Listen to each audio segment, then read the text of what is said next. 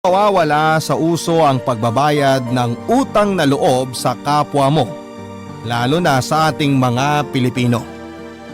Minsan o madalas, mas nababaon pa tayo sa utang na loob kaysa utang sa pera mismo. Ikaw kapuso, naranasan mo na bang hindi makabayad ng utang na loob?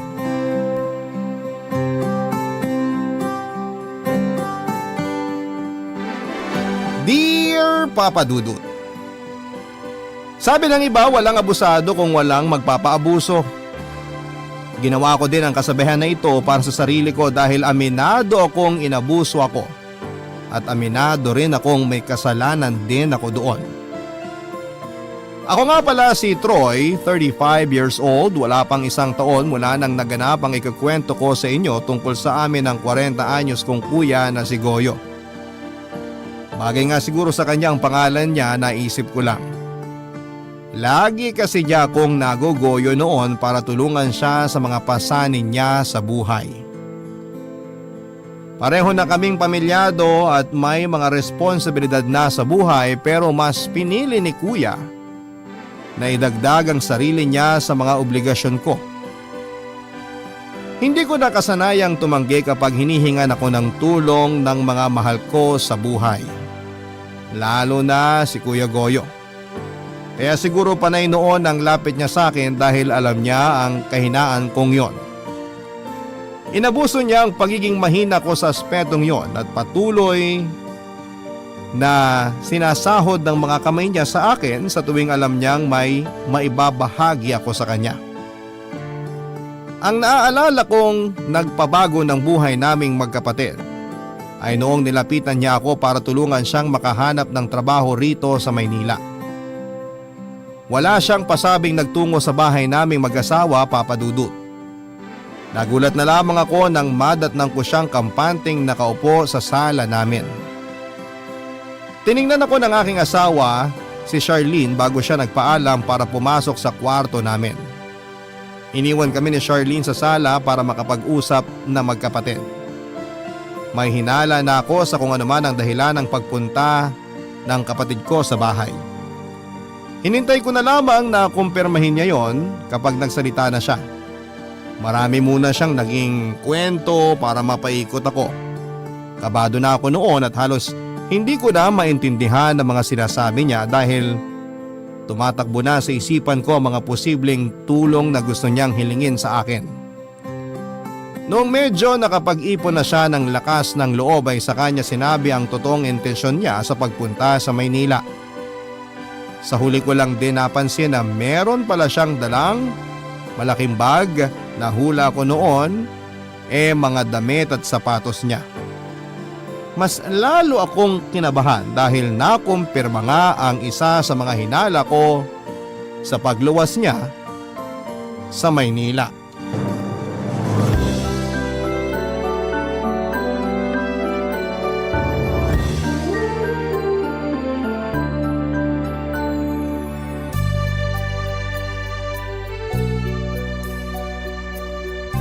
Siguro naman napansin mo na itong dalawang bag ko sa gilid ng sofa nyo.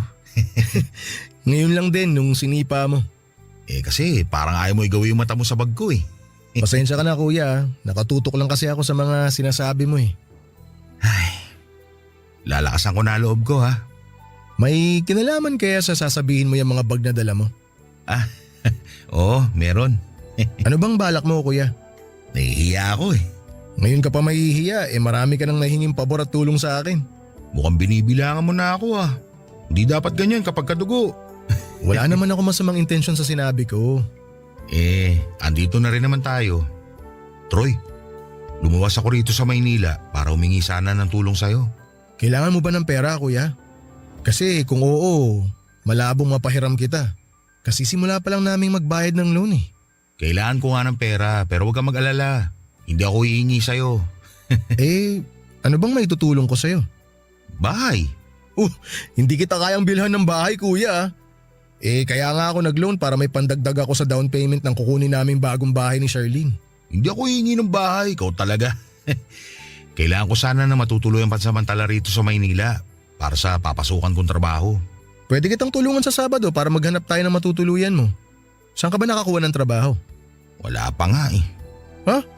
Akala ko naman may nakuha ka ng trabaho. Dapat unahin mo yun bago ka humanap ng matutuluyan. Yung titirahan mo dapat malapit lang dun sa trabaho mo. Yun nga rin ang naisip ko eh. O paano yan? Gusto ko sana na kung pwede. Kung pwedeng ano? Kung hindi naman masyadong abala eh. Pwede bang dito muna ako sa inyo ni Charlene makituloy? Habang naghahanap ako ng trabaho. Mga gaano ka kaya katagal bago ka makahanap ng trabaho?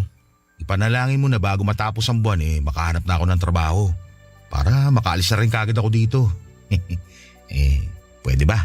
Ang hirap kasi maghanap ng trabaho dito sa Maynila, kuya. Marami kang kakumpetensya. Alam ko naman kung anong kakayahan ko. Malaki man ang kompetisyon, alam kong kaya ko yung maipanalo. Ako pa ba? Wala ka bang tiwala sa Kuya Goyo mo? May tiwala naman. Malaki tiwala ako sa'yo. Kaya lang kasi, paano yung mag-ina mo sa probinsya? Kaya ba nilang malayo sa'yo? Si Nadina? Ayos lang yun. Suportado niyang pagluwas ko dito sa Maynila. Alam niyang kailangan namin magsakripisyo na malayo sa isa't isa dahil lumalaki na rin ang anak namin. Yun nga kuya Lumalaki na ang anak ni Dina kaya kailangan niya ng tatay na makikita niya araw-araw para gabayan siya. Malaking gabay na si Dina sa anak namin. May tiwala ako sa asawa ko. Di kasi natin masasabi. Para namang ayaw mo akong tulungan, Troy. Hindi naman sa ganun. Ang dami mong naiisip na rason para tablahin ako Ayaw mo bang umasenso ko katulad mo? Aba syempre gusto ko. Kaya lang ano? O sige na, payag na ako. Talaga? Yun! Wala nang bawian ha? Oo, kakausapin ko si Charlene mamaya. Ayos lang ba sa'yo kung dito ka lang sa sala matutulog? Isa lang kasi ang kwarto rito Ay naku, walang problema. Kahit sa banyo mo pa ako patulugin, ayos lang.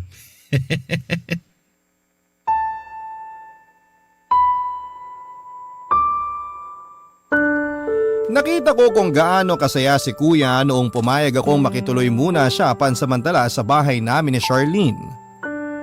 Wala na naman akong nagawa, Papa Dudut. Nasabi ko naman sa inyo na kahinaan ko talaga ang mga mahal ko sa buhay, kabilang naroon siyempre si Kuya Goyo. Walang palya ang paghingi niya noon ng tulong sa akin.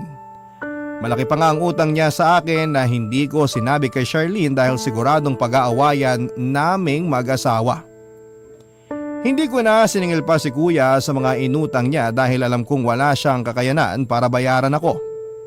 Palipat-lipat din kasi noon ang trabaho si kuya sa probinsya, pinakamatagal na siguro niyang naging trabaho ay yung pagbabantay ng maliit na warehouse sa amin. Inabot siya ng 10 buwan bago siya tinanggal dahil nakahanap na raw ng bagong magbabantay sa warehouse. Naalala ko na ng mga sandaling yon, ang galit niya nang malaman niyang tinanggal siya para ipagpalit sa mas bata. Sinubukan niyang pagwalaan ng boss niya pero pinigilan ko siya, Papa Dudut.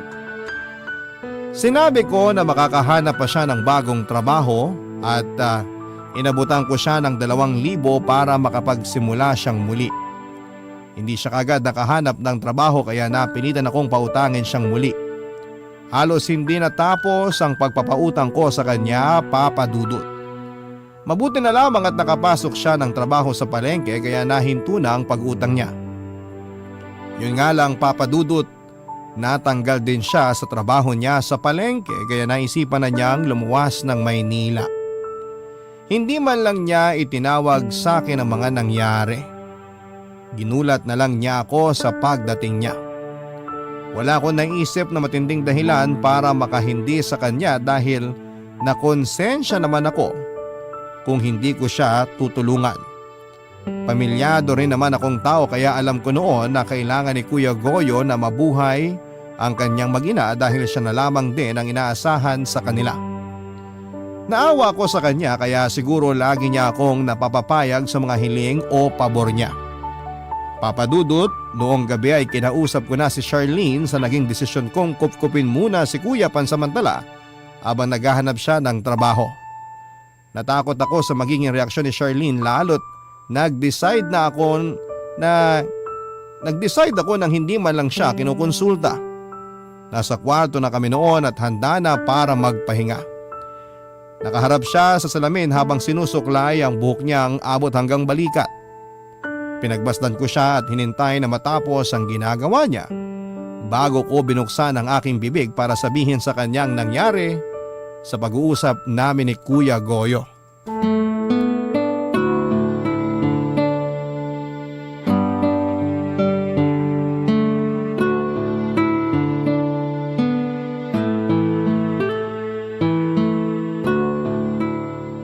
Lusaw na ako. Ha? Kanina ka pa nakatitig sa akin habang nagsusuklay eh. Sorry. Nagandahan lang siguro ako. Sa suklay o sa akin? Siyempre sa'yo.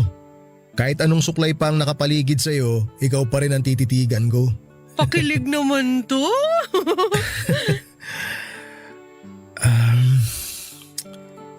Charlene, Nako, mukhang may kailangan ka. paano mo naman nasabi? Kilala na kita.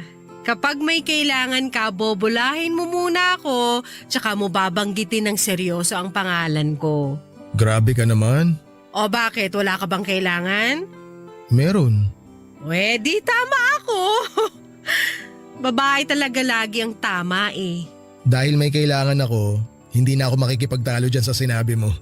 Sana palagi kang may kailangan. Naghahanap kasi ng trabaho si Kuya Goyo. Parang nabanggit nga niya kanina sa akin nung dumating siya. Hindi ko lang masyado tinanong kasi masusunog na yung piniprito kong isda. Nagpapatulong kasi siya sa akin eh. May opening ba na trabaho sa kumpanya niyo ngayon?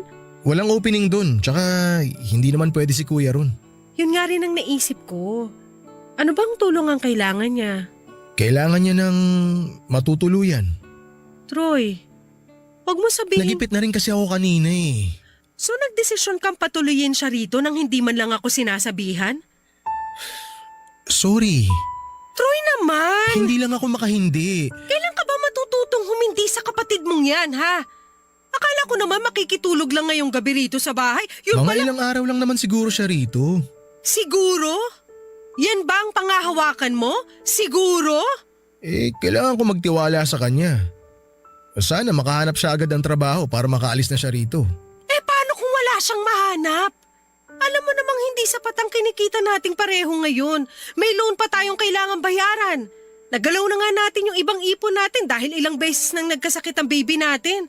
Alam ko naman yun. Gusto ko nga sanang tumanggi kanina pero naawa kasi ako kay Kuya. Sa atin, kailan ka maaawa? Kumpara naman sa buhay niya, mas nakakaangat tayo. Di pa tayo umaabot sa punto na kailangan tayong kaawaan. Alangan namang hintayin pa nating umabot tayo ron. Hindi tayo aabot doon. Masipag tayong pareho. Kung magpapatuloy ka magpaabuso sa kapatid mo, mabilis lang tayong aabot doon, maniwala ka. Huwag ka namang ganyan, Charlene. Ang sinasabi ko lang, may kanya-kanya na kayong buhay. May kanya-kanya na kayong pamilya.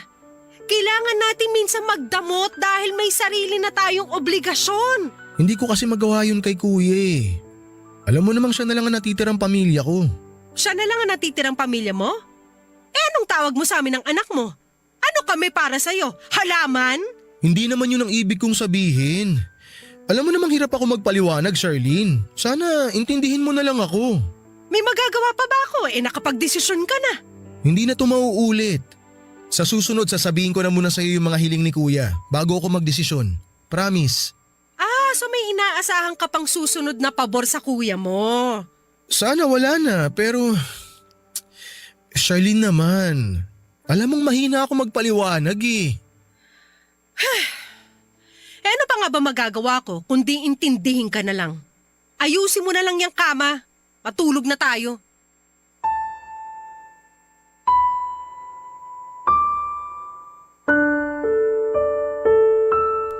Papadudo tinalikuran ako ni Charlene habang nakahiga kami sa kama. Alam ko noon na masama pa rin ang loob niya pero wala na siyang magawa, papadudot. Nahiya ako sa asawa ko dahil dagdag pasanin na naman sa bayarin namin si Kuya Goyo. Mas malaki ang ambag noon ni Charlene sa mga bayarin namin sa bahay kesa sa akin. Dahil mas maganda ang pinagkakakitaan niya. Kaya naman talagang dinalangin ko na sana'y makahanap kaagad ng trabaho si Kuya Goyo. Hindi na ako nakatulog pa kaya mas pinili kong magbukas ng Facebook. Baka sakaling may matisod akong trabaho para kay kuya. Nabigo ako sa paghahanap kaya nahiga na lamang akong muli, Papa Dudut. Sa pagpikit ko ay nahila agad ako ng antok. Nakatulog ako kaagad at nakapaglakbay na ang utak ko sa mundo ng mga panaginip. Sa panaginip ko ay nagbalik ako sa pagiging bata at kasama ko raw noon ang Kuya Goyo ko. Hawak niya noon ang kamay ko at nasa gilid kami ng kalsada. Hinihintay daw namin noon ang mga magulang namin at may nakita kami mula sa kaliwa na sasakyan na paparating at papalapit sa amin. Na-excite kaming pareho ni Kuya pero paglapit sa amin ng sasakyan ay nakita naming karo pala ito ng patay. Sinilip namin ang loob ng karo at doon ay nakita namin ang mga kabaong ng magulang namin. Doon ako nagising, Papa Dudut. Pinagpawisan ako sa pagkakabangon ko at napatingin ako kay Charlene na mahimbing pa rin sa kanyang pagtulog. Bumangon ako sa kama at saka tinungo ang banyo. Naghilamos ako roon para mawala ang takot sa mukha ko. Napatingin ako sa salamin sa banyo at doon ay biglang nanumbalik lahat ng alaala ko noong namatay ang mga magulang namin ni Kuya Goyo noong bata pa lamang kami. Namilit akong magpabili ng laruan sa mga magulang ko sa palengke at doon ay naganap ang trahedyang nagwasak sa pamilya namin. Nagkaroon ng barilan sa pagitan ng mga armadong kalalakihan at mga pulis sa palengke kung saan ay andon ang mga magulang namin. Napatay ng mga armadong lalaki ang mga magulang namin, Papa Dudut.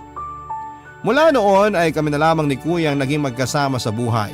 Palipat-lipat kami noon ng tirahan. Pinagpasapasahan kami ng mga tiyahin namin noon na ampunin kapalit ng pagiging kasambahay namin sa kanila.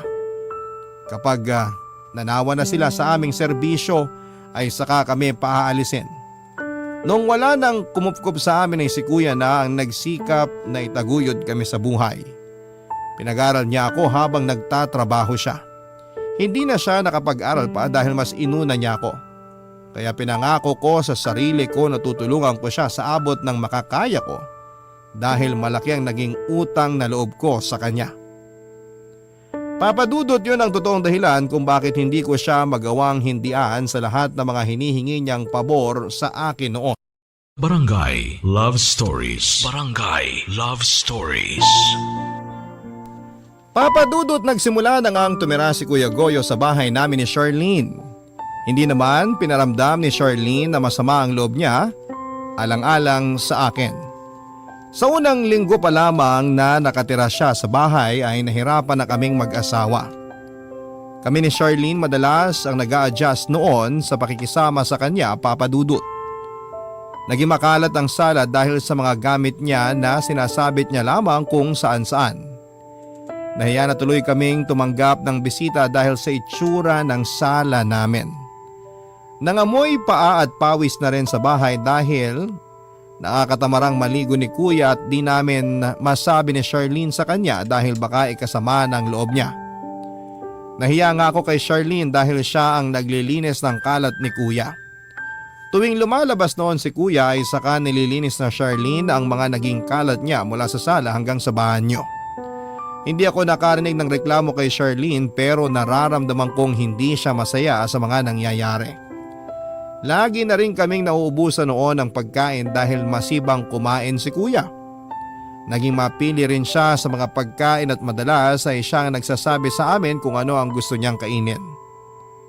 Buti sana kung nag-aambag siya sa amin noon pero ni piso ay hindi kami nakakatanggap sa kanya dahil wala pa naman siyang nahahanap na trabaho.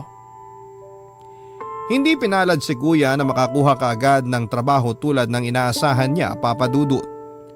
Nainis siya dahil pakiramdam niya mas magaling siya sa mga nakasabayan niyang nakukuha sa mga sinubukan niyang pasukan.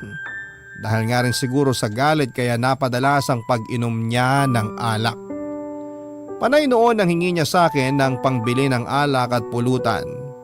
Hindi ko yun sinabi kay Charlene dahil siguradong mas lalong magagalit ang asawa ko sa akin.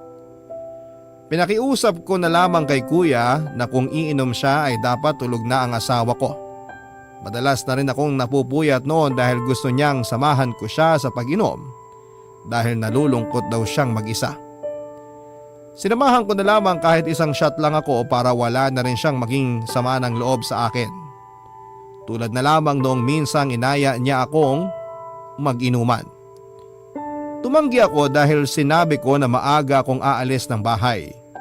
Nagtampo siya at pinaramdam sa akin na malungkot siya dahil sa nangyayari sa buhay niya. Napilitan tuloy akong magpuyat para lamang masamahan siya, Papa Dudut.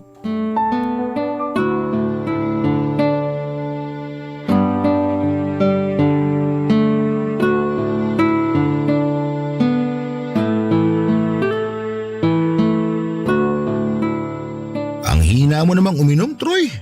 Para kang bagito sa inuman eh. Isang shot pa. Baka kasi sumakit ang ulo ko bukas pagising, kuya. Marami akong kailangan asikasuhin sa trabaho kaya maaga akong papasok. Trabaho na naman ang pinoproblema mo. Hayaan mo nga muna yan. Magpasaya na lang tayo ngayon bago pa magising si Charlene. Ay, narinig kaya niya tayo? Maririnig niya tayo kung panay ang taas mo ng boses, kuya. Tsaka bago pa niya tayo marinig, mas maganda kung matutulog na tayo. Ituloy na lang natin ang inuman na to kapag day off ko na. Ay, gusto ko lang naman kasi makatulog eh. Kaya ako umiinom. Eh di matulog ka na. Subukan mo lang pumikit.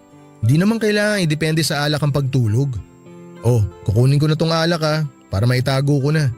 Muntik na nga palang makita ni Charlene nung isang gabi yung alak na di mo naubos. Mabuti na lang nahila ko siya palayo sa ref bago pa niya nakita. Kaabanggit mo kay Charlene, lalo ko tuloy namimiss sa kasawa ko si Dina. Ay, 30 na rin si Charlene, no? Oo, 30 na nga. Pareha sila ni Dina. Ay, namiss ko tuloy yung pagbubunga nga ng asawa ko kapag may kapalpakan ako. Mula nang lumuwas ako rito sa Maynila biglang nanahimik ang mundo ko. Pero alam mo, bigla ko hinarap yung ingay ng asawa ko. Baka oras na para umuwi ka sa inyo, kuya. Sigurado ako namimiss ka na rin ni Dina. Ay, kung pwede lang eh. Pero nangako ako na hindi ako uuwi hanggat wala akong trabaho. May intindihan naman niya siguro yon. Di naman ganun kadali maghanap ng trabaho dito sa Maynila. Nakapagbitiw na rin ako ng salita. Sabi ko nga, may intindihan ka niya. Ganyan din naman si Charlene nung unang beses na nawalan ako ng trabaho at kinailangan ko maghanap ng bago. Naintindihan niya na di madali humanap ng trabaho sa panahon ngayon kaya sigurado ako na ganun din si Dina kapag sinabi mo sa kanya. Alam ko naman kaya niya ako maintindihan. Pero andun pa rin yung hiya eh. Namimiss ko talaga si Dina. Oo, sakit ng ulo minsan ng mga babae sa buhay natin. Pero kapag nawala naman sila, saka natin hinahanap-hanap. Sana nga magkasama na kayo ni Dina, kuya. May paraan naman para magkasama kami ulit na mag-ina ko. O di gawin mo. Pwede kaya? Paanong pwede? Gusto ko sanang paluwasin sila rito sa Maynila eh. Tapos? Nakakahiya man sa'yo, bunso. Pero hihiling sana ulit ako ng pabor. Pabor ulit? Naku, ayan na. Mukhang nakakahiya nang pasadahan yung pabor na sinasabi ko. Kung kaya ko, pwede naman kitang pagbigyan sa pabor na yan kung ano man yan. Madali lang naman tong pagbigyan. Ano nga? Ayos lang ba kung luluwasin na Dina rito sa Maynila? Sagot naman nila ang pamasahe. Huwag kang mag-alala. Hindi ako hingi sa'yo kasi nakakahiya na rin. Di naman ako may-ari ng Maynila eh. Lumuwas lang sila kung kailan nila gusto. Hindi ko naman may pagbabawal yun. Pero pag-aari mo kasi itong bahay. Ha? Anong ibig mong sabihin, kuya? Ito naman hindi pa makalata sa gusto kong puntuhin. Sige, didiretsuhin ko na nga. Pwede bang makituloy din dito mag-ina ko? Hala, parang hindi na tayo kakasya rito sa bahay niyan. Ikaw pa nga lang dito sa sala halos sakop mo na. Payat naman pareho mag-ina ko. Kaya ko na silang isiksik dito sa sala kasama ko. Hindi naman sila magiging komportable nun. Kawawa naman sila. Mas kawawa sila kung hindi nila ako makakasama. Tsaka baka hindi sila komportableng gumalaw dito. Baka mahiya si Dina. Naku, makapal ang mukha nun. Wala nang hiyaya sa panahon ngayon. Ano, tawagan ko na ba si Dina para palosin na bukas? Hala, agad-agad?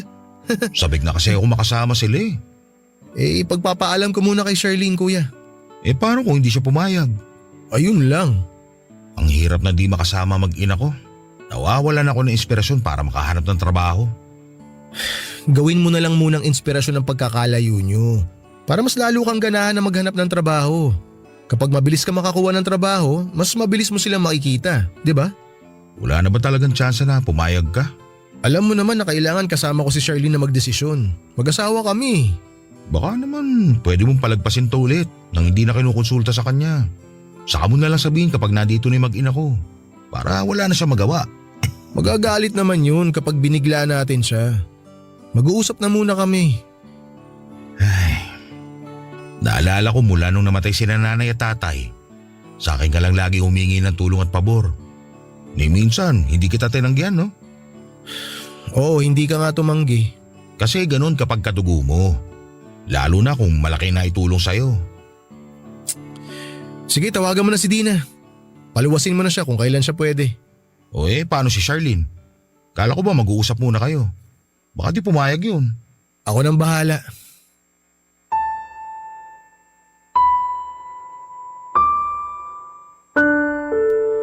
Nakapagbitiw na naman ako ng salita at alam kong hindi yon magugustuhan ni Charlene kapag nalaman niya. Napapayag ko nang matulog si kuya after niyang tawagan si Dina para paluwasin na sila pag sikat pa lamang ng araw. Nagpasalamat si kuya sa akin at sinabi na masaya siyang nakakabayad na ako ng utang na loob sa kanya. Sinagot ko na lamang yon ng matipid ng ngiti at saka nagpaalam na para pumunta sa kwarto namin ni Charlene. Inasahan kong tulog na ang asawa ko pero pagkabukas ko ng pintuan ay nakita ko siyang nakasandal lamang sa headboard ng kama at nagbabasa ng libro. Nakasuot ng reading glasses niya na medyo lumuluwag na sa kanya. Nang maramdaman niya ang pagpasok ko ng kwarto ay napatingin siya sa direksyon ko. Initian niya ako at inaya na sa kama para magpahinga. Nag-aalangan pa ako at sinabing magbabanyo muna ako.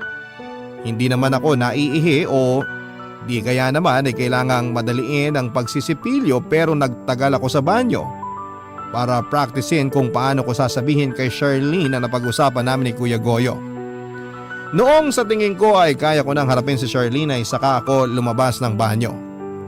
Napansin niya na siyempre nagtagal ako sa banyo.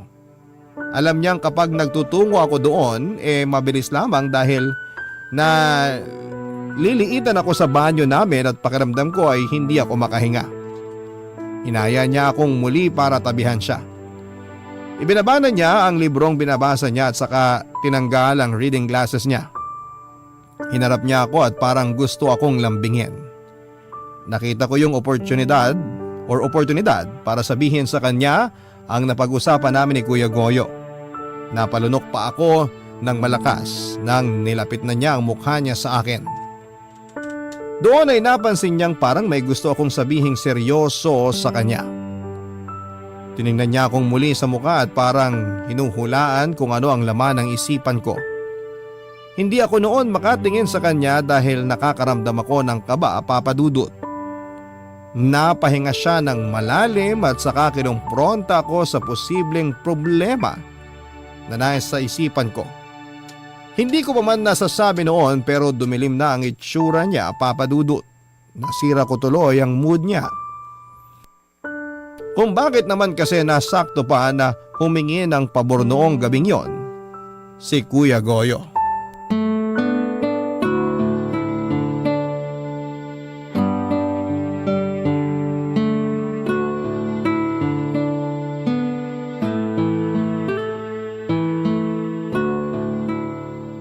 Tapatin mo na ako, Troy. Ha? Anong ha? Sabihin mo na sa akin kung ano man yung gusto mong sabihin. Paano mo naman nahulaan na meron akong sasabihin sa'yo? Namula agad ang mga tenga mo nung tinignan kita. Hindi ka makatitig sa akin. Pinagpawisan bigla ang ilong mo kahit naka-aircon tayo. Senyales yan na may bumabagabag sa'yo. Grabe? Ganyan mo na ba ako kakilala? Ang tagal na nating nagsasama. Ang dali mo na lang talagang basahin. Magagalit ka ata kapag sinabi ko eh. Mas magagalit ako kapag hindi mo sinabi ngayon. Mag-promise ka muna na di ka masyado magagalit. Ayoko mangako. Nagkausap kasi kami ni Kuya Goyo kanina. Good news ba yan? Aalis na ba siya? Kailan? Walang aalis pero may darating.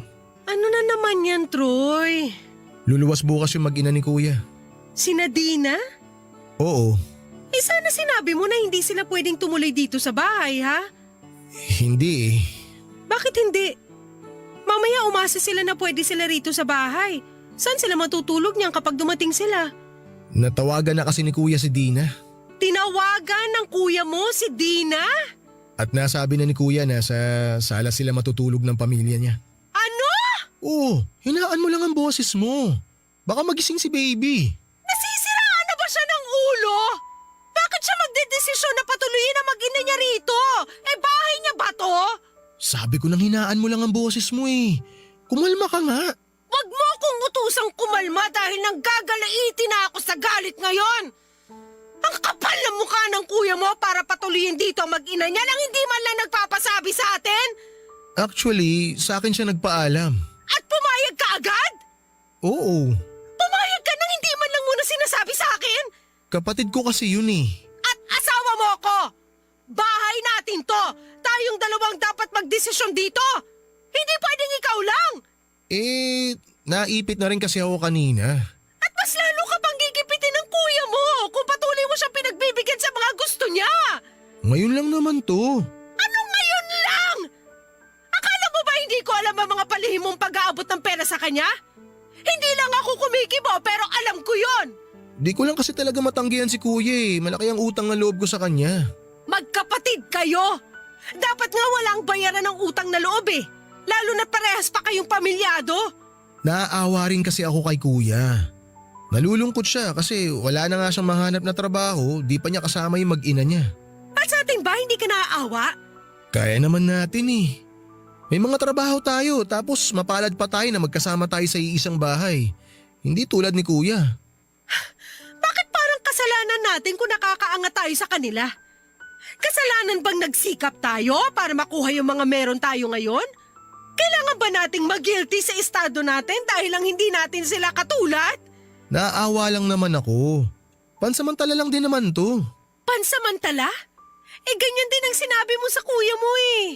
Pansamantala lang siya rito pero ilang buwan na ba siyang nakakalibre ng tirahan dito? Baka makatulong ang mag-ina niya para maging ganado siya sa paghahanap ng trabaho. Ako, kailan kaya ako gaganahan sa sitwasyon natin ngayon? Hindi ko na maayos ang pagbabudget para sa atin ng kuya mo tapos magdadagdag pa ng panibagong papalamunin?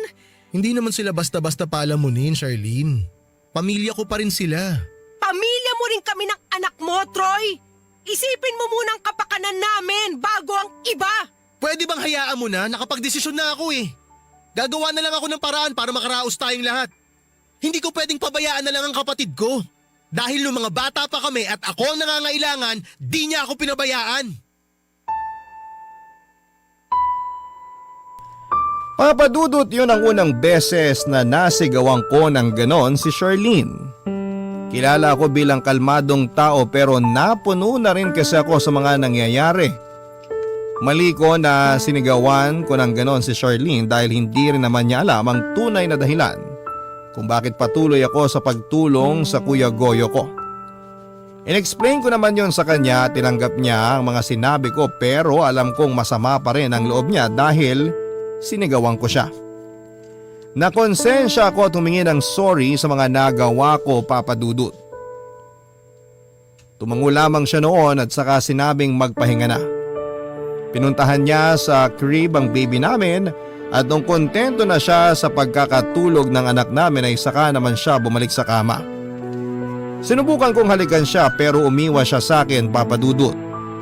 Tinalikuran niya ako at saka hinila ang kumot sa pwesto niya. Nanakit ang ulo ko noon sa pinaghalong stress at nabiting alak. Hindi ako nakatulog kakaisip sa mga nangyayari sa bahay namin. Umaga na noong natapos akong pagurin ang utak ko, Papa Dudut.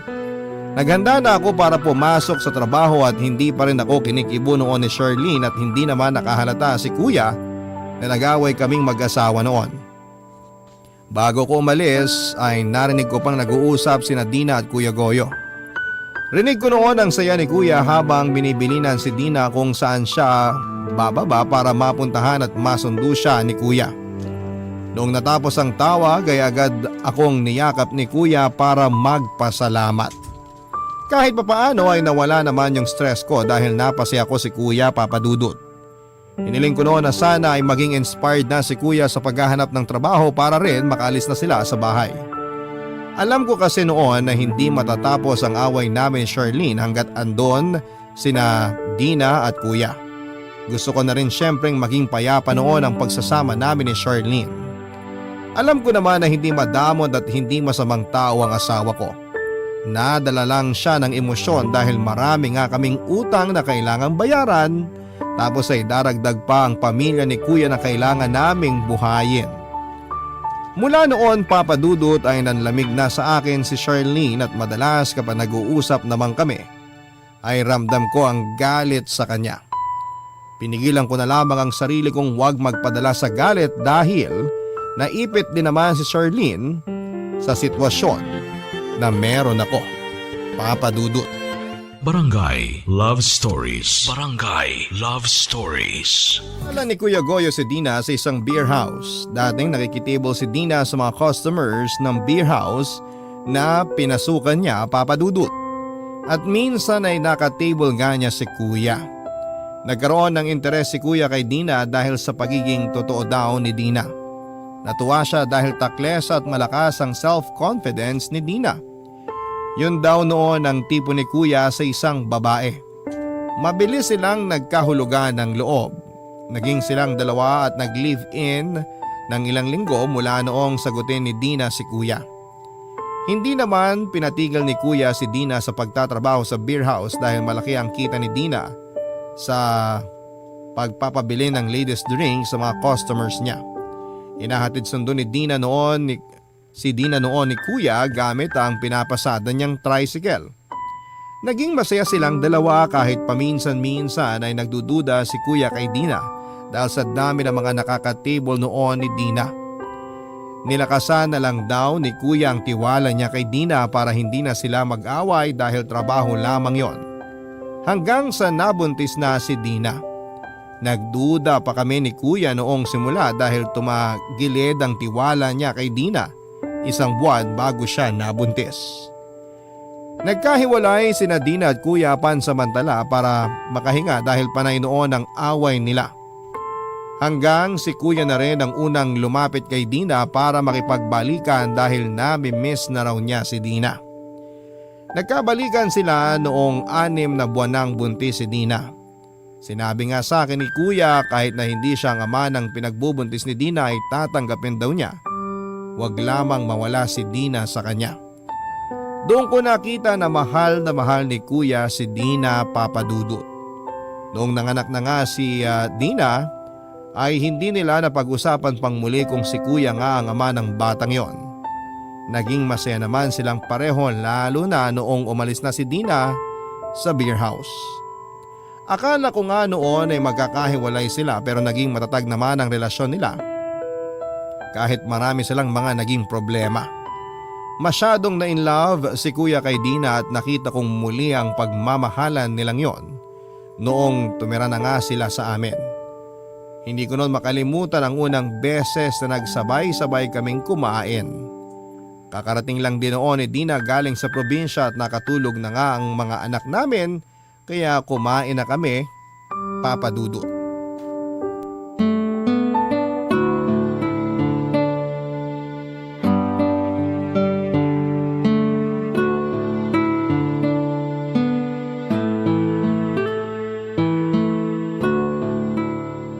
Dina, damihan mo kain mo ng kanin ha. Marami silang bigas dito. Kasi buwan-buwan merong rice allowance to si Torre sa trabaho niya. Ganun ba?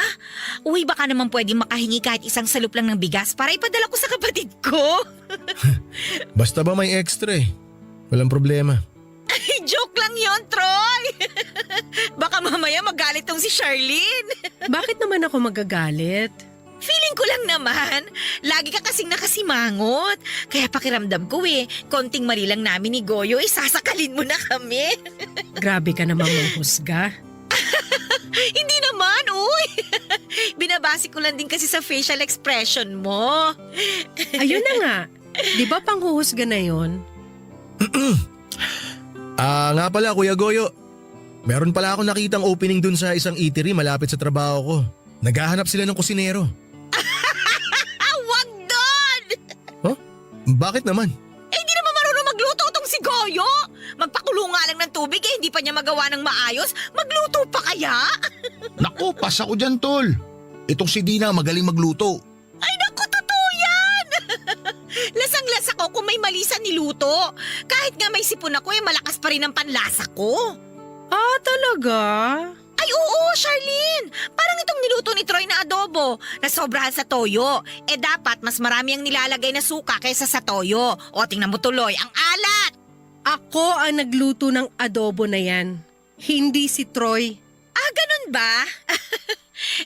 Next time, mas marami ng konti ang suka kaysa sa toyo, ha? Tsaka wag masyadong babaran ng asukal. Hindi ko na tuloy alam kung adobo pa ba ito o humba. Payo lang naman. Salamat sa payo. You're welcome. Mauna na pala ako sa kwarto. Matutulog ka na? Tatawagan ko lang yung coordinator natin para sa binyag ni baby next year. Sige. Sunod ako sa'yo. Ligpitin ko lang itong mga pinagkainan natin. Salamat. Kuya Goyo, Dina, mauna na muna ako ha.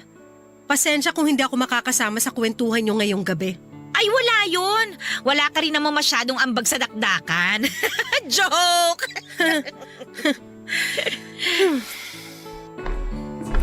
Troy, bibinyagan na pala ang baby nyo? Oo. Teka lang ha. Ilalagay ko muna sa ref itong natira nating kanin. Babalik ako agad. Goyo, tanungin mo kung pwedeng isabay na sa binyag ng anak nila yung anak natin. Nakakahiya. Magpabinyag na lang tayo kapag may pera na ako. Kailan pa? Wala ka pang ang trabaho. Magtatrabaho na ako. Andiyan na kayong inspirasyon ko eh. Huwag mo na akong bolahin. Ireserba mo na lang yan kina Troy at Charlene. Gawin mo ang lahat para mapapayag silang makisabay tayo sa binyag. Para wala na tayong gastusin. Kaya naman nila mag-asawa yun eh. Di na naman, nakakahiya na. Makikitira na nga tayo rito ng libre. Sagarin na natin. Minsan lang naman to habang gusto pa nila tayo. Nakakaawa rin naman kasi yung anak natin eh. 4 na taon na pero hindi pa rin siya nabibinyagan. Kailangan yata sa daycare center ng baptismal certificate. Sige ka, di makakapag-aral yung anak natin. Gusto mo ba yon? Siyempre hindi. Kaya nga pagbalik ni Troy, kausapin mo na siya. Susubukan ko. Tsaka, try mo ring itanong kung pwedeng pahiramin ako ni Charlene ang isusuot ko sa binyag. Medyo may katabaan siya. Pero pwede ko namang paremedyohan yung ipapahiram niya kung papayag siya.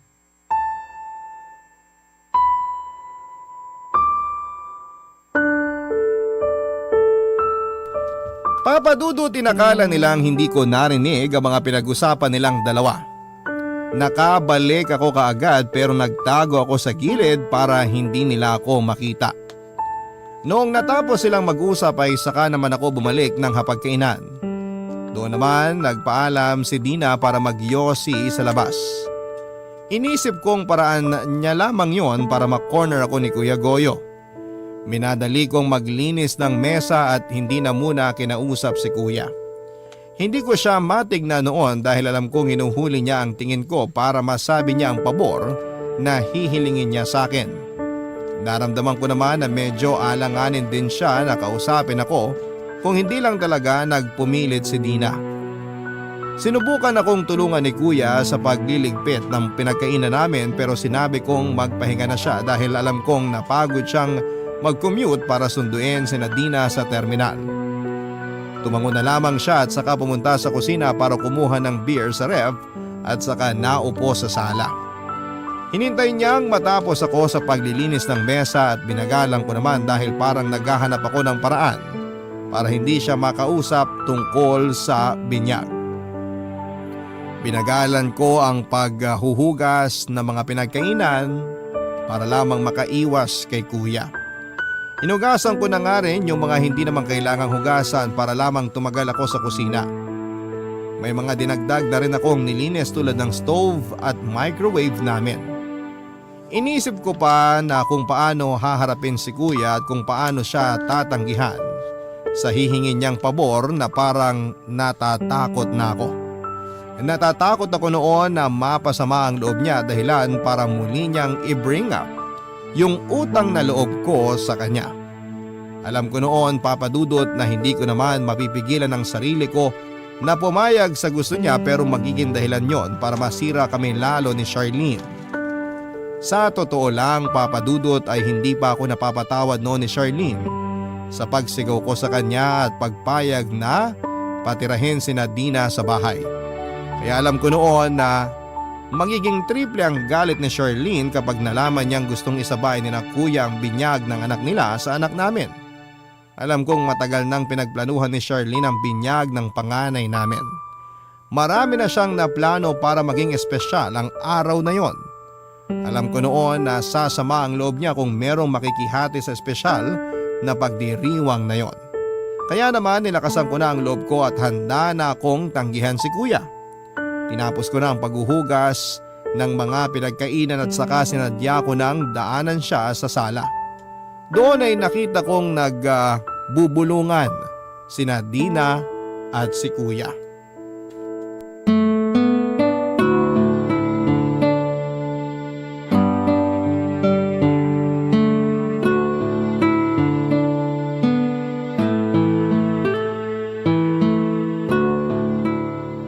Grabe, parang 2 oras kang naghugas ng plato Nakailang balik na ako sa labas pero hindi ka pa rin tapos. Nilinisan ko na rin kasi yung stove tsaka yung microwave. Nanlilimahid na kasi sa dumi. Yak! Buti nilinisan mo na rin. Nakakairita yung maruming kusina. Ay, teka. Lalabas lang muna ako ha. Yossi, break ulit. Sige, usap mo na kayo magkapatid dyan. Troy, may sasabihin yata sa'yo si Goyo. Goyo! Oh, ito na si Troy. Ha? May sasabihin ka, kuya? Oo eh. Ano yun? Maupo ka muna. Ay, hindi na. Maiksi lang naman siguro yung sasabihin mo, no? Para makapanik na rin ako sa kwarto. Baka hinihintay na ako ni Charlene Ano kasi, narinig ko na pabibinyagan nyo ng anak nyo ni Charlene. Oo, pabibinyagan na nga namin. Nabanggit ko rin naman kanina. Naisip ko lang kasi, paano kaya kung Kung maging ninong ka sa anak namin? pwede rin naman. Basta hindi niya ako sisingilin tuwing Pasko. Yun ba talaga sasabihin mo, kuya? Meron pa eh. Sabihin mo na, kuya. Makikinig ako. Hindi pa kasi nabibinyagan yung anak namin ni Dina eh. Ah, talaga? 4 na taon na siya, di ba? Lagi kasi nagigipit kaya walang pambinyag. Alam mo naman sa probinsya, kailangan maganda ka pag may binyagan para hindi nakakaya sa mga ninong at ninang. Di pabinyagan yun kapag nakahanap ka na ng trabaho. Gusto ko sana kung pwede lang eh. Isabay na lang sana yung binyag ng anak namin sa anak nyo ni Charlene. Ha? Parang mahirap ata yan, kuya. May mga gumagawa naman ng ganun, sabi ni Dina. Saka para practical para sa amin, di ba? Wala rin kasi kaming pera ngayon eh. Pero gusto na namin mabinyagan yung anak namin para kapag ginanapan ng baptismal certificate sa school, may maibigay kami. Parang di naman kailangan ng ganun para makapag-aral. Yun ang narinig ko eh.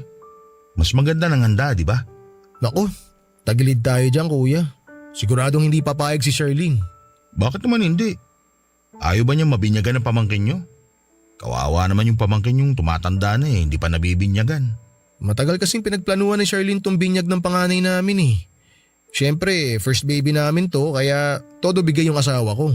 Saka limitado lang yung mga bisita na dadalo kasi gusto namin na mahalagang tao lang sa buhay namin yung pupunta.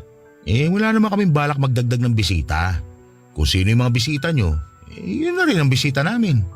Kahit mga ninong at ninang ng anak nyo, baka pwedeng pasuyo na rin na gawin naming ninong at ninang ng anak namin. Wala di nyo naman kilala yung mga kinuha naming ninong at ninang. Di kikilalanin namin kapag Pasko na. Saka tiwala kami sa mga ninong at ninang na kukunin nyo. Siguradong maayos ang mga trabaho, kaya makakapagbigay ng malaking aginaldo sa Pasko. Hindi naman yun ang dahilan kung bakit namin sila kinuha para maging ninong at ninang ng anak namin eh. Ang gusto namin, magabayan yung anak namin ng mga taong pinagkakatiwalaan namin lalo na kapag wala kami. Ganon din naman ang gusto ko sa anak namin. Magabayan siya. Sabi mo nga, mapagkakatiwalaan yung mga ninong at ninang ng anak mo. Kaya gusto ko rin ipagkatiwala sa kanilang anak ko. Ewan ko, kuya. Kakausapin ko muna si Charlene. Kung di man siya pumayag, sana irespeto nyo na lang yung gusto niya. Espesyal na araw kasi yun para sa anak namin eh. Unang beses yun na magpapabinyag kami. Huwag mo na lang kaya sabihin kay Charlene. Kausapin mo na lang yung coordinator para isingit kami sa binyag. O kaya yung pare. Kahit kami na yung bahalang kumuha ng sarili naming ninong at ninang para sa anak namin. Pwede na kaya yun? Malabo talaga yan, kuya. Pero pwede ko naman kayong pautangin kahit papano para kung gusto nyong pabinyagan yung anak nyo, pwede nyong gawin sa ibang araw. Paano naman yung handa namin? Hindi naman kailangan ng handa, kuya eh. Ang importante, mabinyagan yung anak nyo. Selebrasyon pa rin yun eh. Kailangan pa rin ng handa siyempre. Saka unang beses din yun na magpapabinyag kami. Gusto rin namin gawing espesyal at memorable parang yun sa inyo. Mas magiging espesyal yun, kuya, kung solo nyo yung binyag. Mas magiging espesyal yun kapag magkakasama tayong pamilya sa binyag. Matutuwa sigurado ang mga magulang natin kung nasan man sila kapag nakita nila tayo na magkakasama. Basta, kakausapin ko muna si Charlene. Di ko may papangako na papayag siya pero… Sige, kung ano na lang desisyon nyo.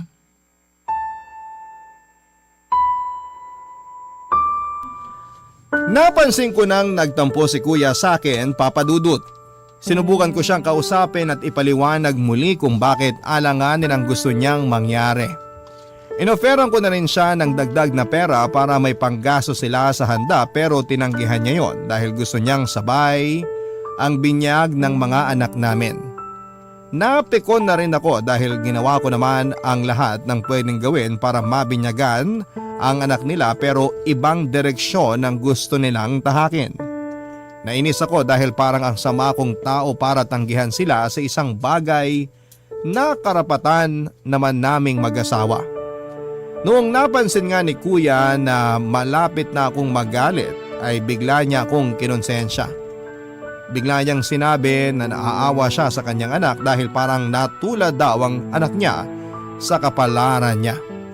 Napagkaitan daw ang anak niya tulad niya noong pinili niyang unahin ang mga luho at pangangailangan ko kesa sa kanya.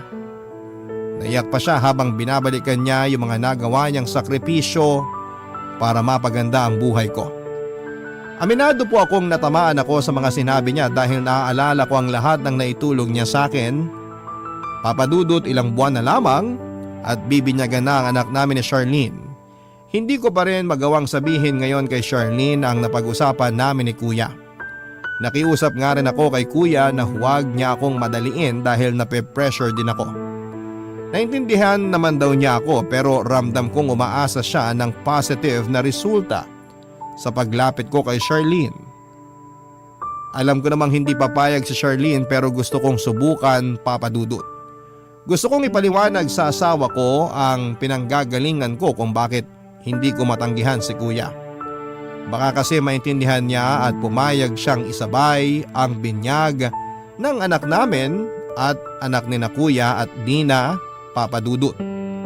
Habang hindi ko pa nga sinasabi kay Charlene baka pwedeng makahingi ng tulong sa mga kabarangay natin dyan para makapag-decide na po ako.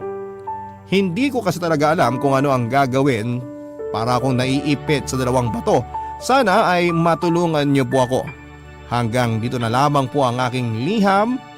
Maraming salamat po sa pagbasa at pagbigay ng tulong. Ang inyo pong kabarangay forever, Troy. Barangay Love Stories.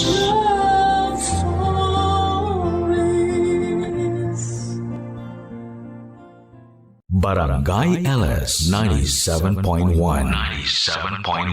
Number 1 Forever.